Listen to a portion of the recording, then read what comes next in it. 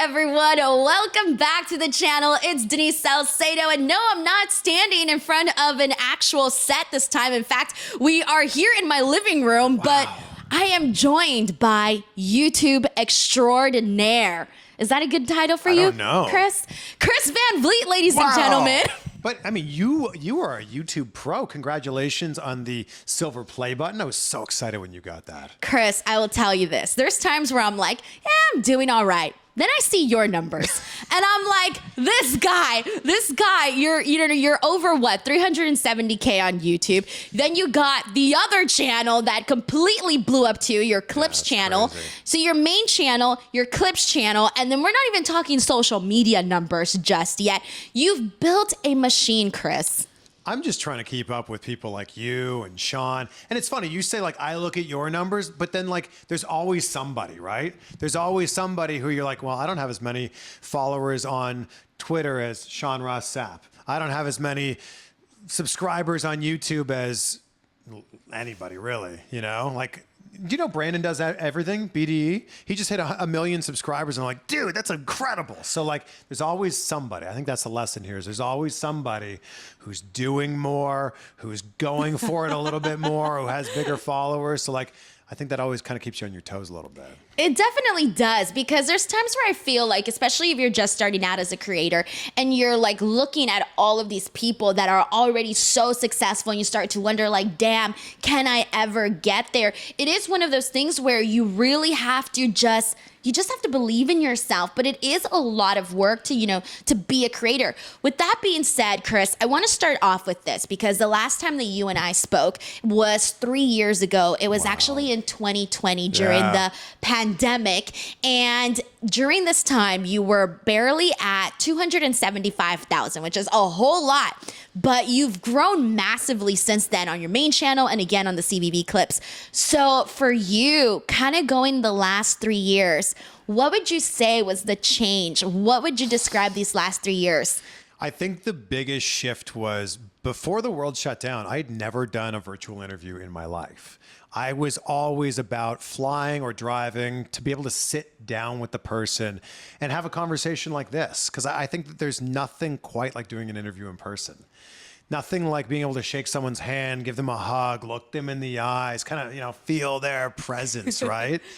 And when the world shut down, I had to pivot very quickly. And I put a tweet out, I'm sure you could find it, where I was like, hey, what's the best way to do a virtual interview? And people were like, oh, try Zoom. You could do Skype. You could do StreamYard. There were so many suggestions. And StreamYard I started with, and then I ended up just doing them on Zoom. That was definitely the biggest one. And I think what it did was it opened up the possibilities, right? Now I didn't have to spend a day of traveling I was living on the East Coast at that time. I didn't have to spend the time traveling to like LA to sit down with someone for an hour to then fly back. You just send someone a Zoom link and then all of a sudden, boom, you're talking to them just like that. That was a big shift. It opened up the accessibility for creators like me and you to be able to sit down with someone who lived on the other side of the country or the other side of the planet. And by the way, and you know this, in May, June, July of 2020, when someone said no to doing an interview with you, they were just a liar. Like, nobody had any plans. No. All the plans you had now been just screeched, to a halt, and like all your plans were canceled. So like everybody had a lot of time on their hands.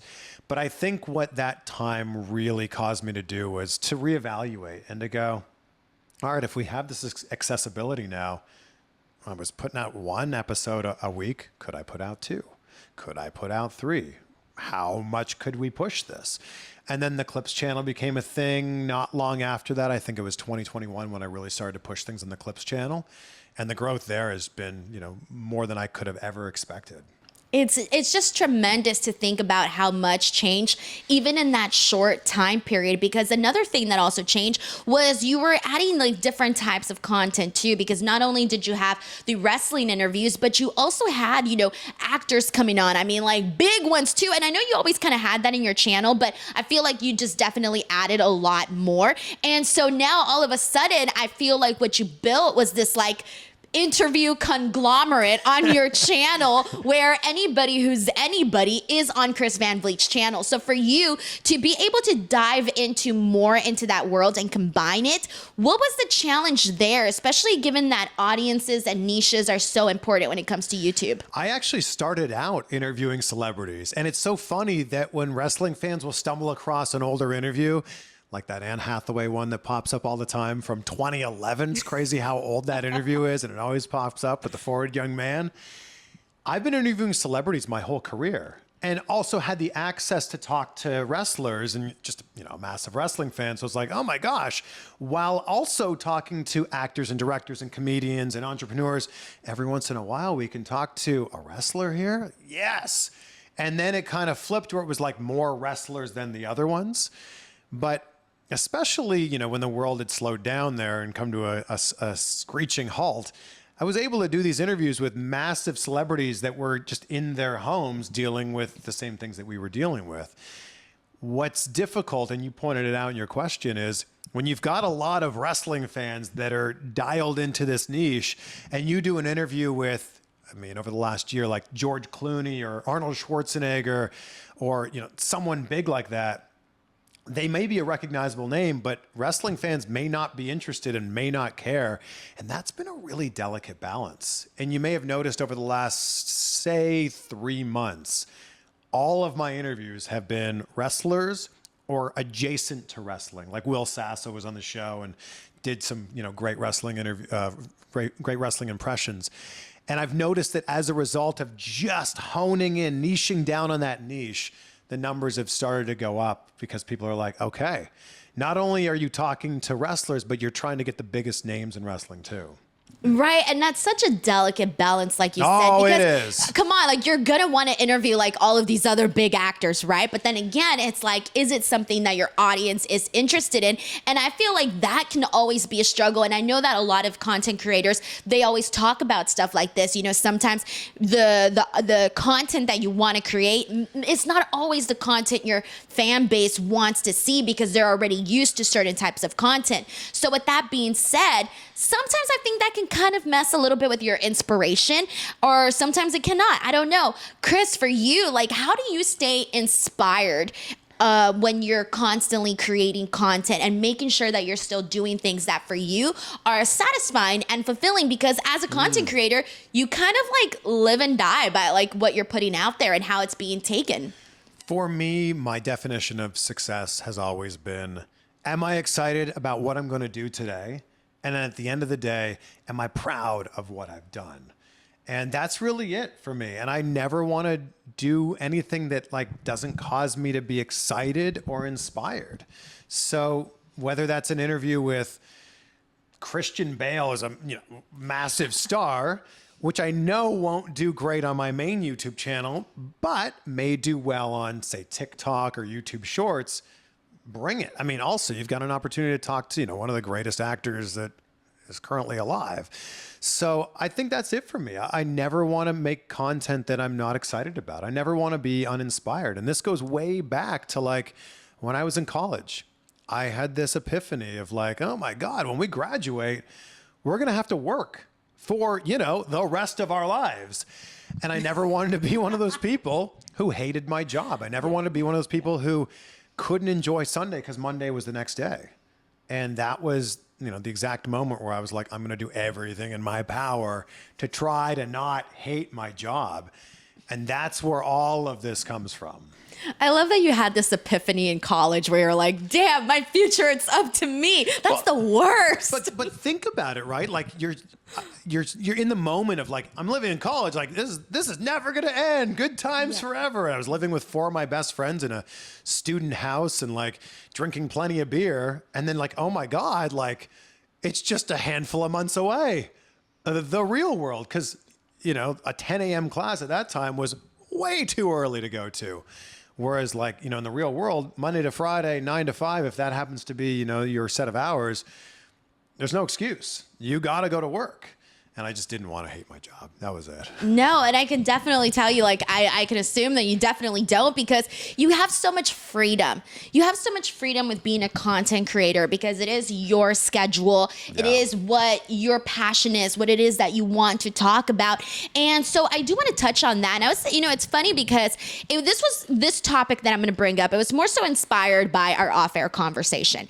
And that is that, the landscape of digital media and media in general is definitely changing. And I feel like sometimes people don't always understand the power of YouTube. So for you, like, if you can just tell people, like, hey, like, just the overall what it is to be a content creator, the challenges, the people just don't take YouTube seriously all the time. They don't understand the potential of it. Yeah. How would you tell people, like, pay attention to YouTube? Here's why I think that people don't pay attention as much as they should. It's because the best thing about YouTube is anybody can be a YouTuber. And the worst thing about YouTube is anybody can be a YouTuber. So when you're reaching out to a wrestling company, when you're reaching out to a movie studio, when you're reaching out to an NFL team to say, hey, can I do an interview?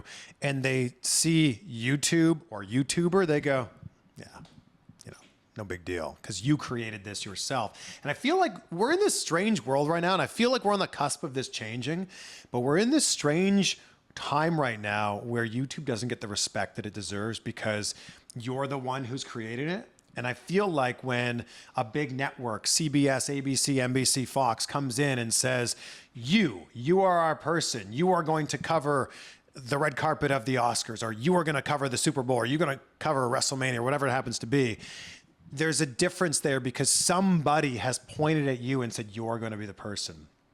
When it's YouTube, I feel like there's still this attitude of like, oh, that's so cute. My nephew has a YouTube channel.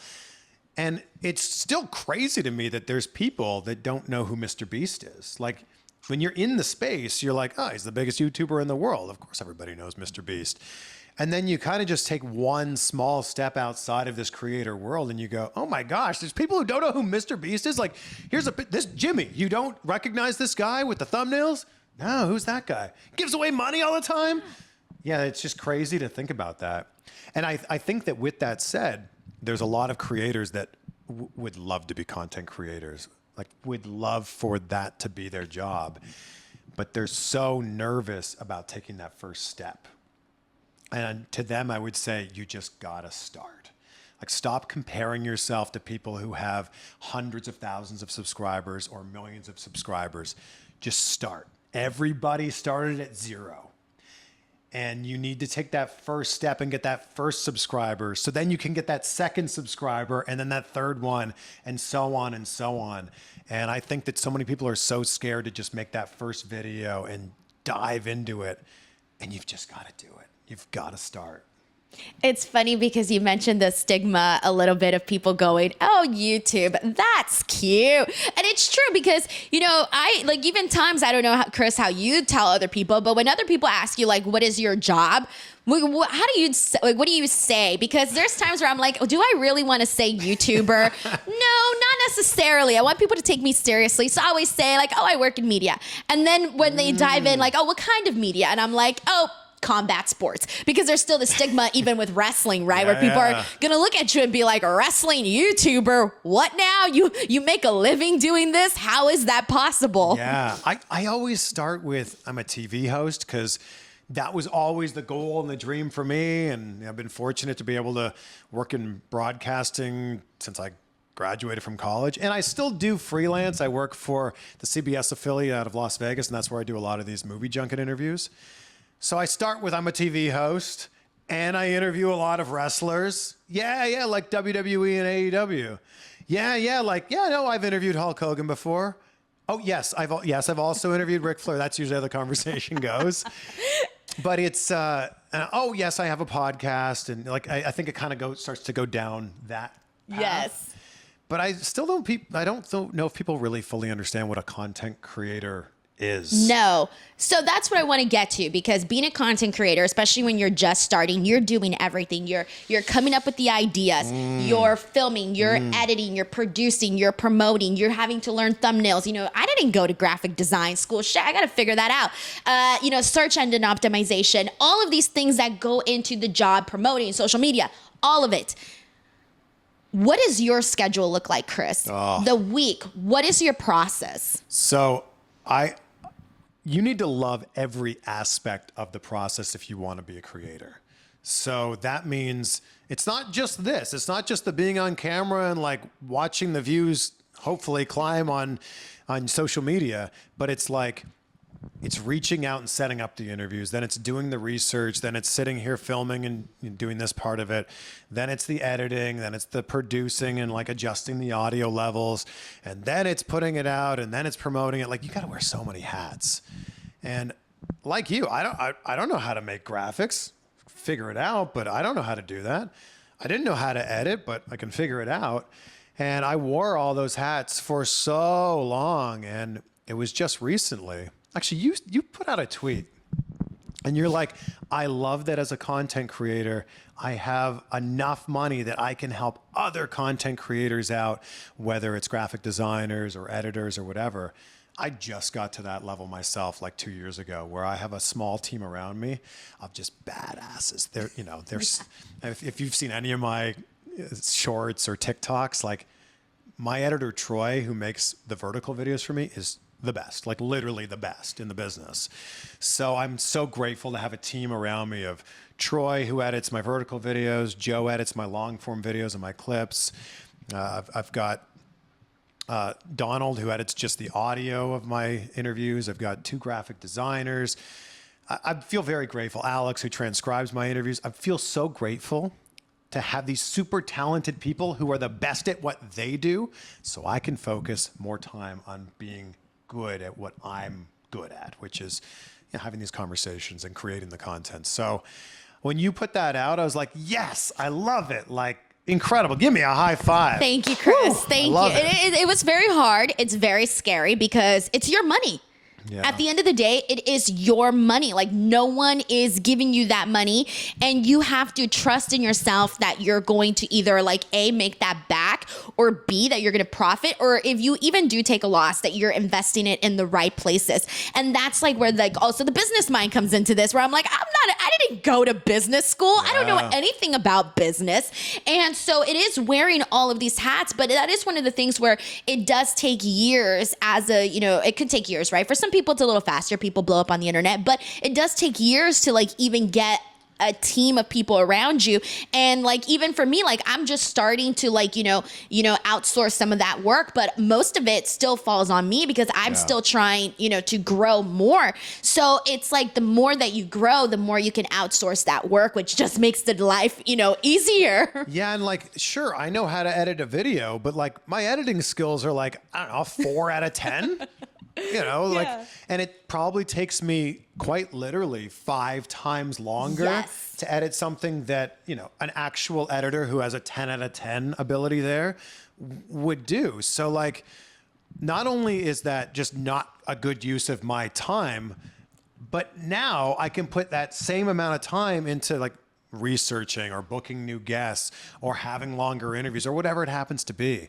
And I'm so grateful that is now a thing. And you're right, it's a business now. Like that's a crazy thing to think about. Yes, like you yourself, Chris Van Vliet, are the business. Like you are the brand. That's so scary. Like when you think about that, you're the brand, you're the business, and you have to like make all of these decisions. And I love it too because you're helping video editors, you're helping graphic designers, and whoever it is that you hire, you helping them get some income, and it just goes all around, right? Money comes and goes. But so I do want to touch on more on YouTube, and what I want to get into is what would you suggest are the top 3 things that every YouTube creator should be doing right now? Thumbnails are number 1. Like your thumbnails need to be great, not just good. Your thumbnails need to be great. And I'm not saying I have the best thumbnails, but they're certainly better than they used to be.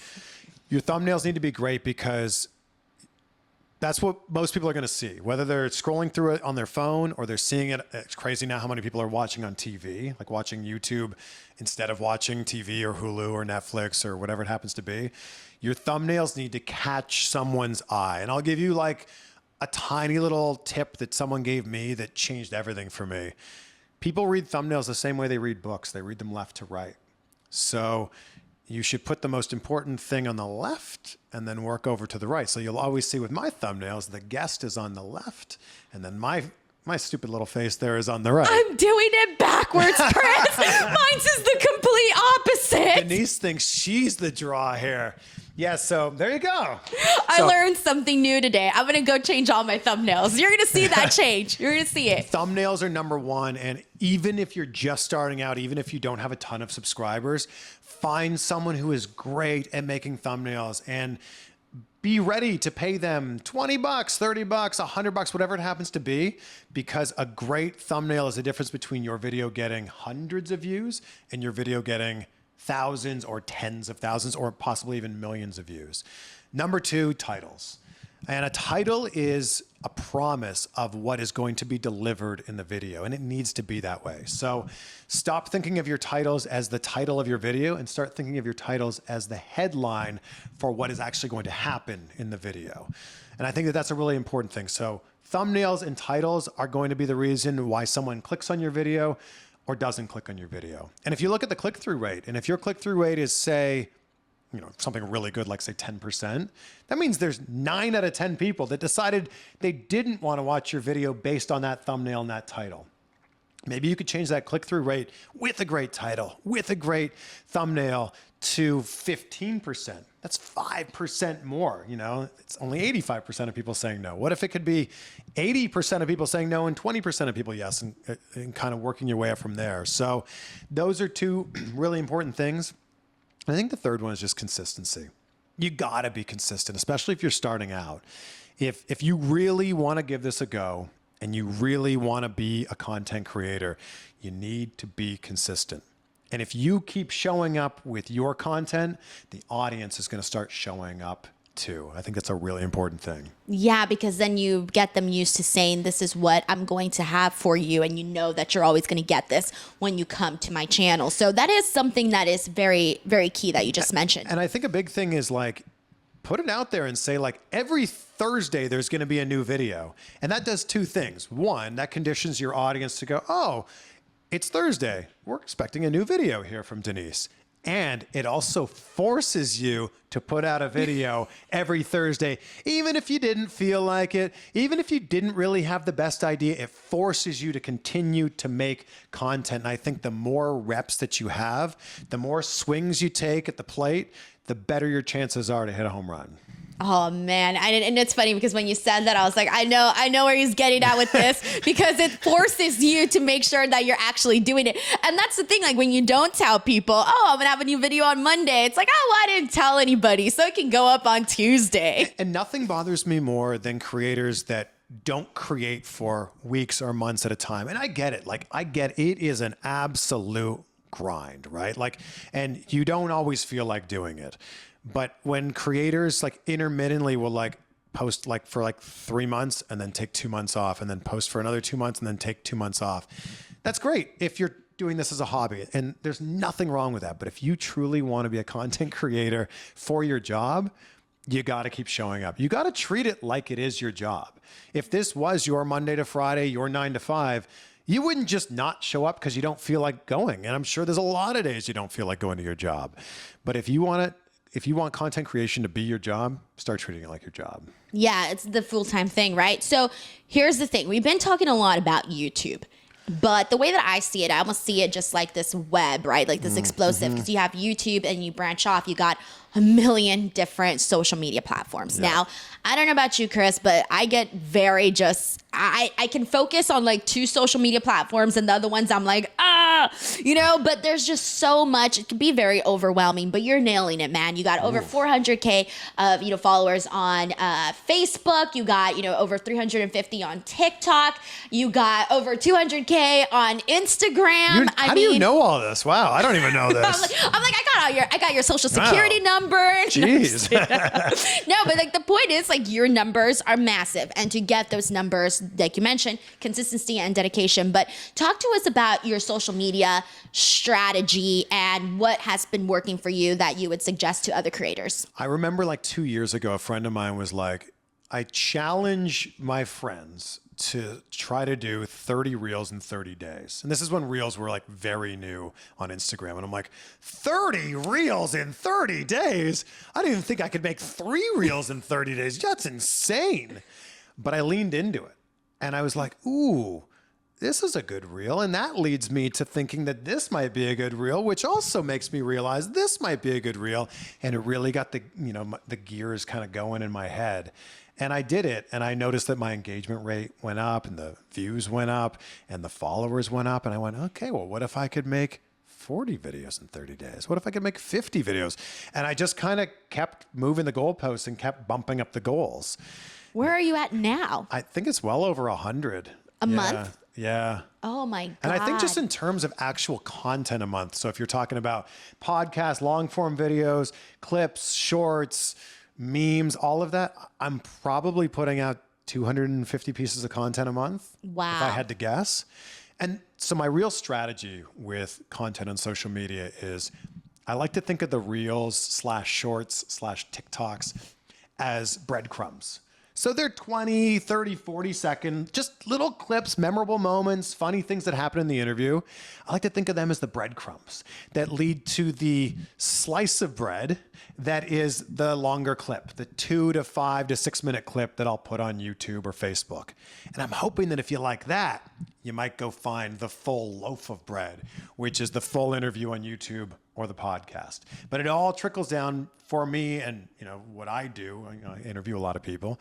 It all trickles down for me from like, let's make one giant piece of content, an hour-long interview like this, and chop that up into as much content as we can.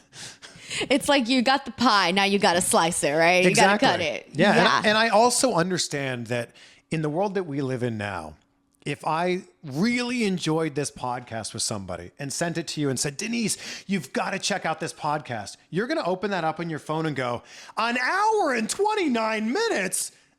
No way. I am not listening to that. But if I sent you a clip from that podcast that was 43 seconds, pretty good chance you're going to watch most of those 43 seconds. So that's the breadcrumb right there, right? Like try to get the viewer hooked with that, and maybe they'll start to see your stuff in the algorithm on social media. Maybe that will lead to a follow. Maybe that will lead to someone listening to your show. No, and it's true because as you're saying this, I think of examples of when it happened to me where I really like Drew Barrymore. And I saw clips of her interview with Brooke Shields. And I remember going, oh my God, I like 4 of these different clips. I need to find this full interview. I need the whole thing. Yeah. So it's true. That is how it is, where you're like, I really liked everything that I sampled here. Now I want to buy the product. Yes. There you go, right there. Oh my gosh. Sounds like a drug dealer. I know.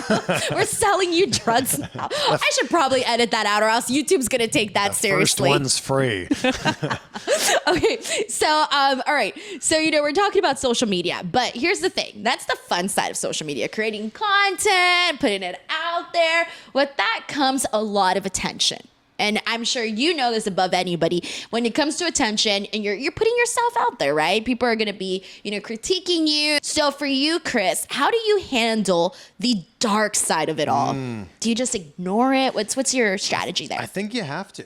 And it's difficult because if there's 99 really nice comments and 1 negative comment, I feel like we're just predisposed as humans to focus on the negative one. So I like to think I'm a pretty positive person, and I understand that in every situation, what's good is always there. What's right is always available, but also what's bad and what's wrong is also available. So I just always try to focus on, what's good and what's right and what could possibly, be the best thing to come out of this situation. But I just don't understand why someone would take the time to try to tear down another person or hide behind a keyboard and just say mean things. And I actually think it says way more about the person commenting than it does about you. And I just, I oftentimes will think about that person. I'm like, that sucks. that you're in this place in your life, and I'm really sorry. Like, I hope that things will get better for you, but you can't dwell on any of that, right? But we create in this vacuum, right? With these, there's two cameras here. It's hard to remember sometimes that there are other people on the other side of these cameras. So seeing comments, good or bad, is actually just a nice reminder that like on the other side of this, there are other people that are like taking this content in, and whether they love it or they hate it, I appreciate that people are taking the time to engage with it. That's true. And you know, it's funny because you said something to me in our first interview and it really stuck out to me. And I've carried it with me through the last 3 years, you know? And I remember we were kind of starting to talk about this similar issue with social media, right? Because it's a topic that's going to come up all the time.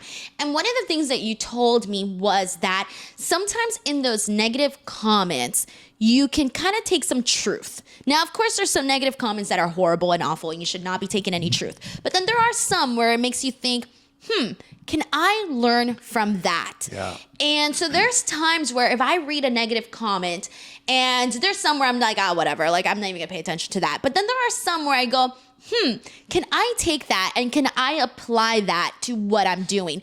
And it's really all just a mindset of how you take in these negative comments. And that tip that you gave me really carried me through, like moving forward, where I'm like, how can I take that into as positive? Oh, wow. I think there is some like real constructive criticism. I think that sometimes people don't say it in the nicest way. And like, I think what's also really difficult about the world of social media right now is I think a lot of people will watch a video and go, okay. And they're not sure what to think. And then they go into the comments and then they jump on somebody else's opinion and go, oh, yes. Now that you've pointed it out, that's exactly how I feel about this. Mob mentality, yes. There's this weird group think that happens where like, if this had just existed in a vacuum in itself, if you just read that as, let's say, a newspaper article 20, 30 years ago, you just would have gone, okay. And then you would have just moved on with your life. But now we can instantly see what other people think, for better or for worse. And I think that there is this mob mentality where people jump onto those comments and go, I never really thought about it that way. But now that you pointed it out, that is exactly what I think. Yes. And this is something that I have told like other people that are not creators, where all it takes is like one negative comment. And if people like even slightly want to agree with that, that's what gets the ball rolling. And that can be very scary. And I always try to think, like, even when I see it happen to other people's, I always try to think, okay, don't get sucked into this mob mentality. Have your own opinion. How do you feel about this? Like, there's things where I see people get attacked online where I'm like, that's really not a big deal at all. Yeah. And I read the comments and I'm like, oh my God, you guys are making it seem like this is the worst thing ever. And it's not. And sometimes I think that you just have to remember that and step out and take a bigger look and go, is this really an issue here? Or is this not an issue here? They're not real issues. They're not. And the funny thing about social media is it just confirms your biases. The way the algorithm is set up is it's going to show you more things that you're interested in and more things that like you will engage with.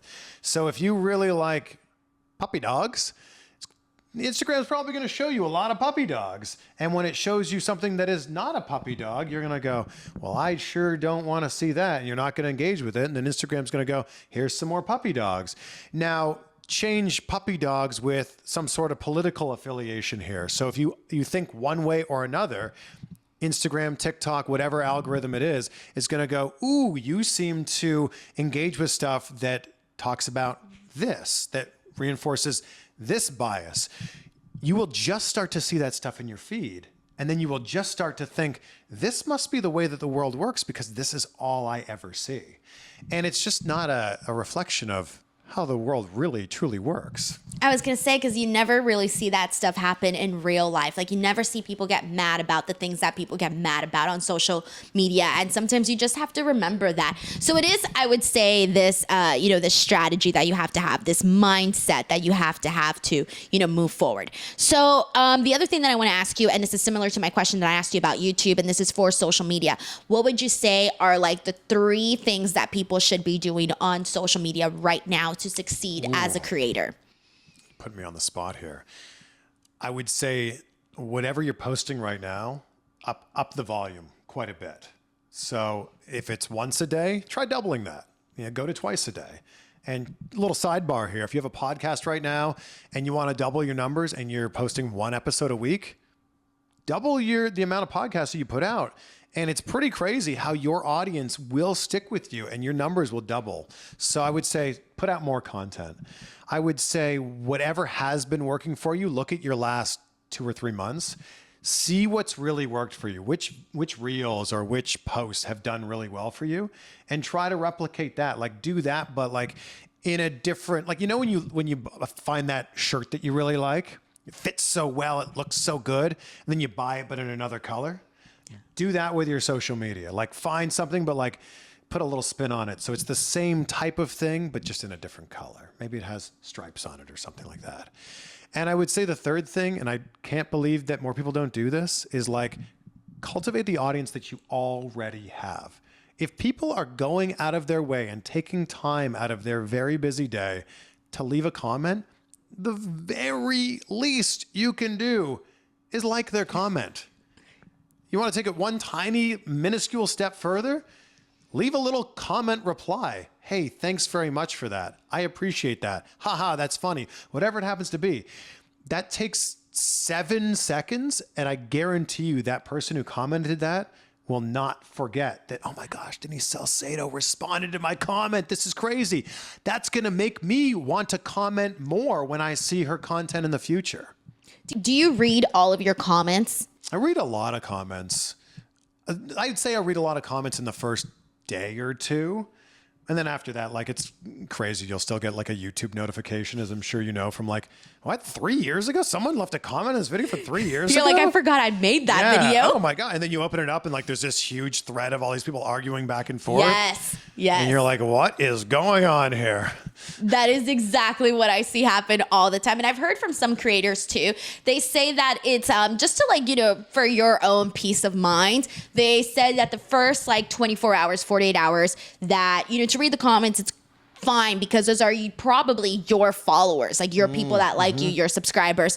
Once the comments come in like, a month later, a year later, those are probably going to be more so along the lines of like trolls and people that just want to attack. And I thought, I never thought about it that way. So that was something that I kind of thought about too when it comes to reading comments. Yeah, and I think that comments are a pretty good reflection of like, what's the big thing that stands out here? And as you know, you do a 45-minute interview, but people are like focused in on like the one thing that person said, or like the one weird moment where they, I don't know, like flicked their hair behind their ear or something weird. And you're like, oh, that's the thing? Like 45 minutes and you're focusing on this 7-second little bit here? I find those things fascinating. I'm like, ooh, well, could we break that off into a separate clip? Could we make that a TikTok?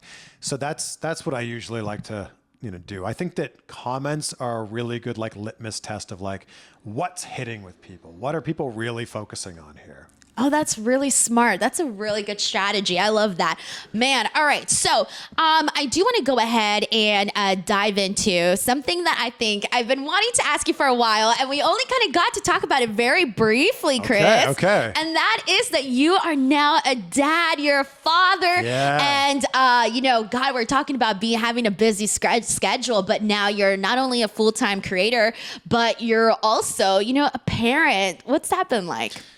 It's been incredible. It changes everything. Like since I talked to you last, at least on camera, I've talked to you many times since, but I'm also a husband now. We got married. You did too. Yeah, Congratulations. what's up? Man, look at you.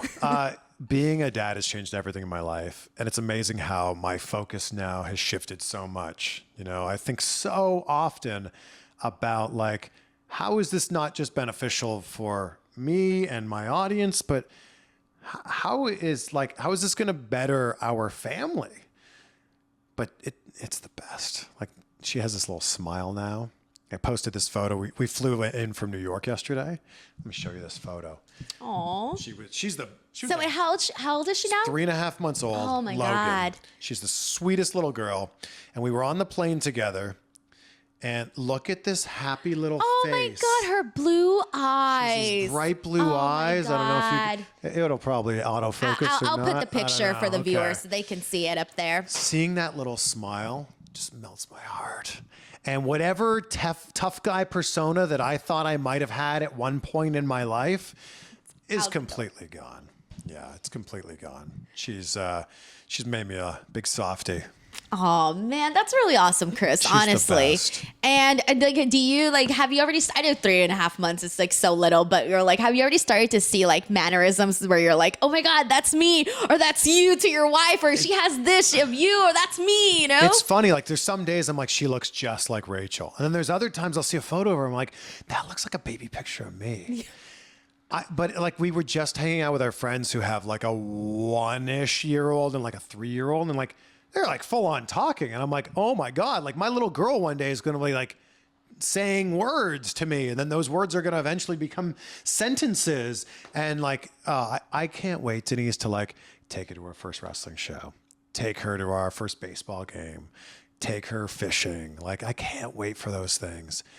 But then I will say on the flip side of it, I'm like terrified for like, you know, when her heart gets broken one day, or like things like that. I'm like, I mean, it all just comes with the territory, but like, oh my gosh. Yeah. It's crazy to think about. They say that becoming a parent changes you. And you mentioned that you've become this big softie, and just even hearing you say like, you can't wait for all of these things. How do you feel like it's changed you? Like, do you think it's changed you like as a person, or do you see things differently? I don't know.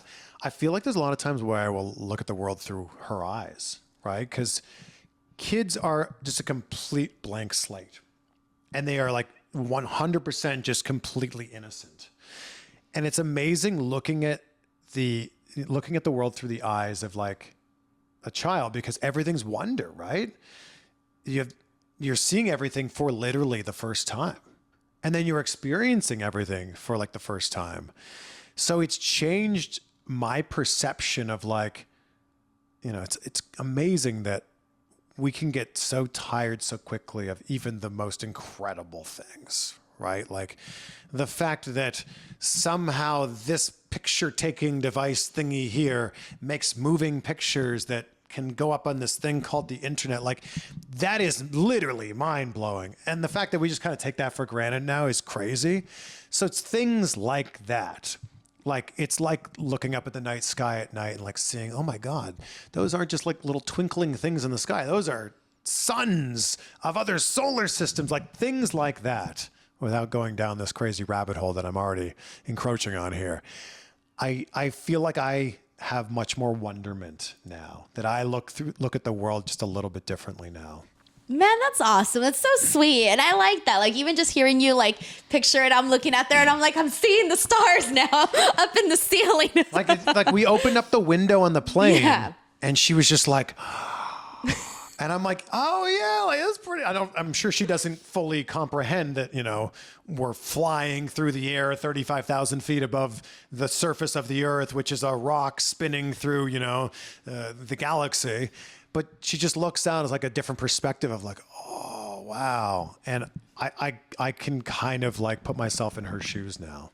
Man, that's awesome. I'm so happy for you, Chris, honestly. Thank you. And I'm so happy for you. Come on, congratulations. You are a full-time creator. Thank you for continuing to use the term full-time creator, which is the business that I just started here, helping other people become full-time creators, fulltimecreator.co. I'm sure by the time this is launched, that we have launched, or by the time this video is out, that we've launched fulltimecreator.co. So tell us about this. What details can you share? So I get hit up all the time from people that are like, can I pick your brain about this? How did you start as a content creator? Or I'm really struggling. I want to do this for a living.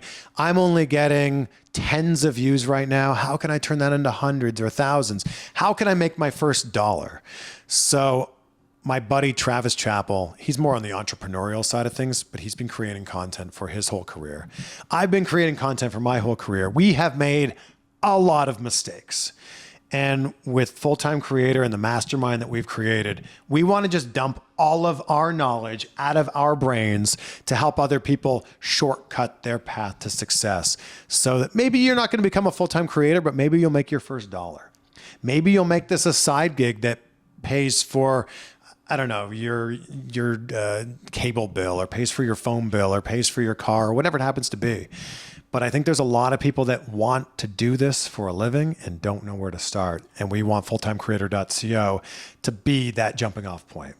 Dude, that is so freaking cool, man. And I always see this, like, YouTubers that come up with businesses and different things that are, that they add on top of the empire that they've already built. So I think full-time creator, man, that's a really cool option because, again, sometimes you just don't know who to ask. Like, I find myself watching YouTube self-help videos. I listen to a YouTube help podcast because even though, like, my full-time job is YouTube, sometimes there's just things that you just don't know. Yeah. Or maybe you want to have more knowledge on. And so having those places to find that, it could really change your game a whole lot. The best way to get where you want to go is find someone who's already been there and ask for directions. Right. And that is quite literally what we're doing. We're also going to bring in people who are just absolutely crushing it in the space. Bring them in for people to pick their brain and do a Q&A with them.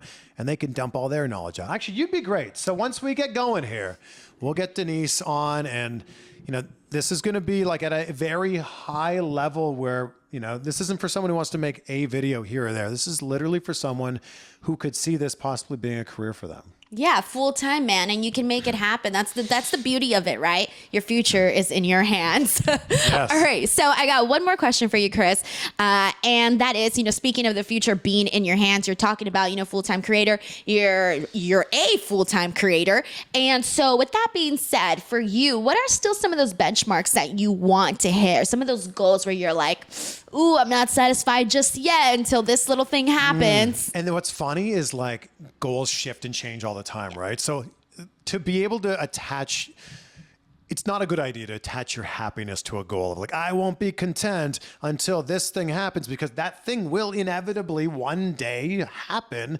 And then what? Are you supposed to, you were supposed to be happy when this thing happened. Well, now what? You did the thing and now you've got all these things, that you still got to accomplish after that. So I've never attached my like happiness to a goal, but I will set big goals so that I go, okay, that's the thing I'm aiming for. And then after that thing happens, well, we can aim for some more. 1 million subscribers, which seems to be more of a possibility on the Clips channel than the main channel. That is one of the main goals. I want the big gold YouTube play button, the big gold YouTube play button. So that's the next goal. And the CVV Clips channel has been growing at a much faster rate than the main channel, which is crazy to think about. It's doing like 1 million views a day right now. Why don't it just all those people would just click subscribe? We'd be finished. We'd have it done tomorrow. Oh my God, I'm listening to you It'd be done. 1 million views a day. And I'm like, oh my gosh, there's 31 million. There's 31 days in the month. Like that's freaking nuts, Chris. But you'll be there. But then you look at like, doesn't Mr. Beast probably does like 1 billion views a day. So right, like everyone's always comparing themselves to like the person above, person above, man. Oh my God. Which is why I've always set it out like day to day of like what's in front of me today and how can I, to borrow a quote from Cody Rhodes, who Dusty gave him this advice, how can I maximize my minutes? How can I maximize what's in front of me today? How can I make the most of the opportunities that I'm being presented with today so they can turn into more opportunities tomorrow and those can turn into more opportunities the next week and so on and so on. That's really where my focus always is. What can we do in this exact moment right now to make this the best possible situation that will then lead to more stuff down the road? I love that, man. I love that. That's freaking good because, that's the only way you're going to get there is if you keep building to it. Chris, I want to thank you so much, man, for taking the time out of your day to come here, to drive over here. First off, thank you. And to do this interview with me. I just know that a lot of the viewers here are going to love it because everybody, people love your work, man. I love your work. So I'm just like, thank you. I appreciate that. Look at, by the way, before we wrap this up, congratulations to you. It is not an easy thing to grind it out every single day, to come up with ideas for content, to film the content, to produce it, to edit it, to get it out there. Rinse, lather, repeat, because you got to do it again later this week.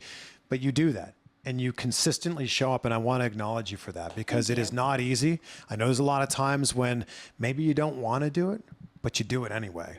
And that's why you're in the position that you're in right now. That's why you're being given the opportunities that you're being given right now. And that's why there's more opportunities just around the corner that are waiting for you. God, I hope so, Chris. From your mouth to God's ears. Honestly. But no, seriously, thank you so much. I think that you have literally inspired so many creators, myself included. So I feel like, man, if you listen to this podcast, you watch the video, let us know what you thought. If you're an inspiring creator, let us know in the comments section below, or even if you're just interested in, you know, what this job entails and all of that good stuff. I hope you guys got some great stuff out of it. I'm sure you did. Chris, where can the people follow you? Where can they show you some love and support and check out your work? Speaking of showing love and support, it just blows my mind how many people watch YouTube videos, but so very rarely like them. Click like on this video right now and support our girl here. She's working her ass off. People treat it like you only have a certain amount of likes in a day to give away. And, ooh, I'm not going to like that video. It's not like you've been only given like 7 of them today and you have to decide who's going to get these 7 likes. You have an infinite number of likes and subscribes to give. Give them out. Give them out generously and support the creators that you love. Please support Denise. And if you'd like to support me, go find my YouTube channels. The main one's Chris Van Vliet, which is just my name, and then CVV Clips. And yeah, just please, just keep this in mind. Like videos. It goes such a long way to show your support. And if you haven't subscribed, if you look right now, oh my gosh, I thought I was subscribed to Denise. She always shows up in my algorithm. It's crazy. I wasn't subscribed this whole time. Change that right now and click subscribe. Thank you so much, Chris. It's like I cut a promo there. I was going to say, yeah, I was going to make sunglasses. Make sure I'm going to post all of your links in the description box below. And if you don't subscribe, this is what this was turning into. Brother. Let me tell you something, dude. You should be subscribed to Denise Salcedo, brother. I'm going to use that. Speaking of clips, that's going to be the bumper, man. That's going to be the bumper right there. Thank you to everybody watching. Thank you to Chris. I hope you guys enjoyed this video. We'll catch you guys next time.